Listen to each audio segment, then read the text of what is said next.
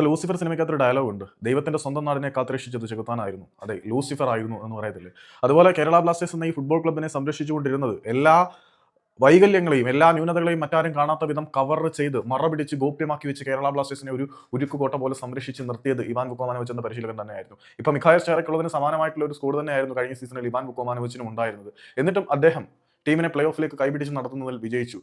അപ്പം കേരള ബ്ലാസ്റ്റേഴ്സിന്റെ വൈകല്യങ്ങളെയും ന്യൂനതകളെയും എല്ലാം മറച്ചു വെക്കുന്നതിൽ വളരെ വിജയമായിരുന്ന ഒരു പരിശീലകനായിരുന്നു ഇവാൻ വുക്കോമാനോവിച്ച്. കണ്ണുള്ളപ്പോൾ കണ്ണിന്റെ വില അറിയില്ല എന്നതുപോലെ ഇവാൻ വുക്കോമാനോവിച്ച് എന്ന മനുഷ്യൻ ഈ ന്യൂനതകളെല്ലാം മറച്ചു പിടിച്ചുകൊണ്ട് തനിക്ക് ലഭിച്ച അംഗഭംഗം വന്ന അംഗവൈകല്യം സംഭവിച്ച ന്യൂനതകൾ മാത്രം പെറ്റുപെരുകിയ ഒരു സ്കോഡിനെ വെച്ചുകൊണ്ട് എല്ലാ ന്യൂനതകളെയും മറ്റാരും കാണാത്ത വിധം ഗോപ്യമാക്കി വെച്ചുകൊണ്ട് പ്ലേ ഓഫിലേക്ക് നടത്തിയെങ്കിൽ ആ മനുഷ്യന് സ്റ്റേബിൾ ആയിട്ടുള്ള ഒരു സ്കോഡിനെ കിട്ടിയിരുന്നെങ്കിൽ എന്തെങ്കിലുമൊക്കെ ഇവിടെ നടത്തുമായിരുന്നു. ഇവാൻ വുക്കോമാനോവിച്ചിന്റെ കയ്യിൽ ആയുധങ്ങളും തന്ത്രങ്ങളും കുറവായിരുന്നു എന്ന് പറഞ്ഞ് ചിലർ വില കുറച്ച് കാണുന്നുണ്ടെങ്കിൽ പോലും അയാൾക്ക് തന്റെ തന്ത്രങ്ങളും കൗശലങ്ങളും പ്രയോഗിക്കാൻ മാത്രമായ ഒരു സംഘത്തിനെ, ഒരു പടയാളികളെ, ഒരു സൈന്യമില്ലായിരുന്നു. സൈന്യമില്ലാതെ തന്ത്രം മാത്രം കൊണ്ടൊരു സേനാനായകന് അല്ലെങ്കിൽ ഒരു തന്ത്രജ്ഞൻ എങ്ങനെ ഒരു യുദ്ധം വിജയിക്കാൻ കഴിയും?